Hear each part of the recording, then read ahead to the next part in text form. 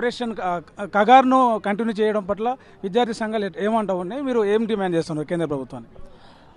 Operation Kagar అనేటువంటిది వెంటనే ఆపాల్సిందిగా, ఎందుకంటే అక్కడ ఆపరేషన్ కగార్ పేరుతోటి ఎస్సీ ఎస్టీ బీసీ మైనార్టీలైన వంటి వాళ్ళపైన ఆపరేషన్ కగార్ పేరుతోటి అక్కడ వేలాది మంది జనాలే కాకుండా చదువుకున్న మేధావుల్ని వాళ్ళ చంపుతున్నారు. ఎందుకంటే కేంద్ర ప్రభుత్వానికి ఈ మావోయిస్టులు సూటిగా 12 సంవత్సరాల నుంచి నువ్వు అధికారంలోకి వచ్చినావు కదా, సంవత్సరానికి 2 కోట్ల ఉద్యోగాలు ఇస్తాను కదా, మరి ఆ ఉద్యోగాలు ఏవి అని మావోయిస్టులు అడుగుతుంటే 12 సంవత్సరాల్లో ఇప్పుడు దాకా 22 కోట్ల ఉద్యోగాలు ఏవని అడుగుతుంటే ఈ వాళ్ళని అడుగుతున్నందుకే ఆపరేషన్ కగార్ తోటి వాళ్ళని చంపడానికి ముఖ్యంగా ముందుండి ఈ మనువాదం అనేటువంటిది ఖచ్చితంగా ఇచ్చేస్తుంది. ఇది తక్షణమే భారత రాజ్యాంగానికి ఇంకా క్వశ్చన్. ఓకే, అంటే ఇప్పుడు ఆపరేషన్ సింధూర్ని వెనక్కి తీసుకున్నారు, పాకిస్తాన్తో జరిగిన ఏదైతే యుద్ధం ఉందో టెర్రరిస్టుల మీద, దాన్ని వెనక్కి తీసుకున్నారు. ఇదే దేశ బిడ్డలమైనటువంటి మావోయిస్టుల మీద ఇంకా ఆపరేషన్ కగార్ను కొనసాగిస్తుంది, దాని పట్ల ఏమంటారు?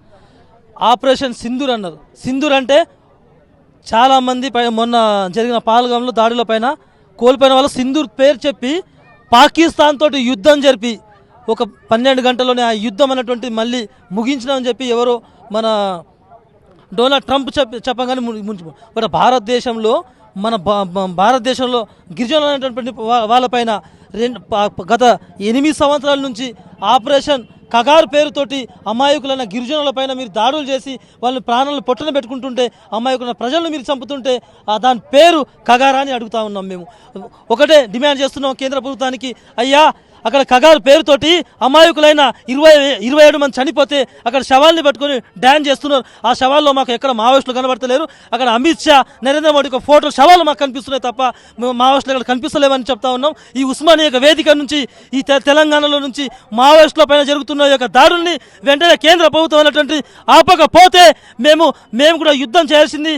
132 కోట్ల మంది జనాలు ఖచ్చితంగా మేము గళ్ళు తీసుకొని మేము మావోయిస్టులతో మేము ఖచ్చితంగా మేము అడిబాట పట్టాల్సింది కూడా సందర్భం చెప్తున్నాం. అక్కడ వెళ్ళిన కూడా మావోయిస్టులు, డాక్టర్లు, చదువుకున్న మేధావులు వీళ్ళ విశాలమైన జీవితం వదిలేసి, కుటుంబాన్ని వదిలేసి అక్కడ మన కోసం ఇవాళ మావోయిస్టులు ఉన్నారంటే ఈ భారతదేశంలో 90% అనేటువంటి అవినీతి లేకుండా మావోయిస్టులు మన కంటి రెప్పలా చూస్తున్నారు తప్ప మనకు మావోయిస్టులు అన్నటువంటిది మనకు అండగా ధైర్యంగా ఉన్నందుకే ఇవాళ భారతదేశంలో 90% బీజేపీ వాళ్ళు అవినీతికి పాల్పడింది కాబట్టి, అవినీతి చేసిన బీజేపీ వాళ్ళకు మావోయిస్టులు హెచ్చరించింది కాబట్టి ఎప్పటికైనా వీళ్ళు మాత్రం ముప్పే ఉందని చెప్పి అందుకోసం ఈ కగార్ పేరుతోటి మావోయిస్టులు అంతం చేద్దామనే కుట్రతోటి ఇవాళ ఒక విషపూరితమైన కుట్రతోటి కేంద్ర ప్రభుత్వం అనేటువంటిది మావోయిస్టుల పైన జరుగుతున్న దాడుల్ని వెంటనే ఆపకపోతే తక్షణమే ఉస్మానియా యూనివర్సిటీ కాకుండా భారతదేశంలో ప్రతి ఒక్కరు కూడా మేము అండగా ఉంటామని కూడా మేము తెలియజేస్తా ఉన్నాం. ప్రపంచంలో ఏ మూల ఏ క్షణం ఏం జరుగుతుందో వేగంగా తెలుసుకోవడానికి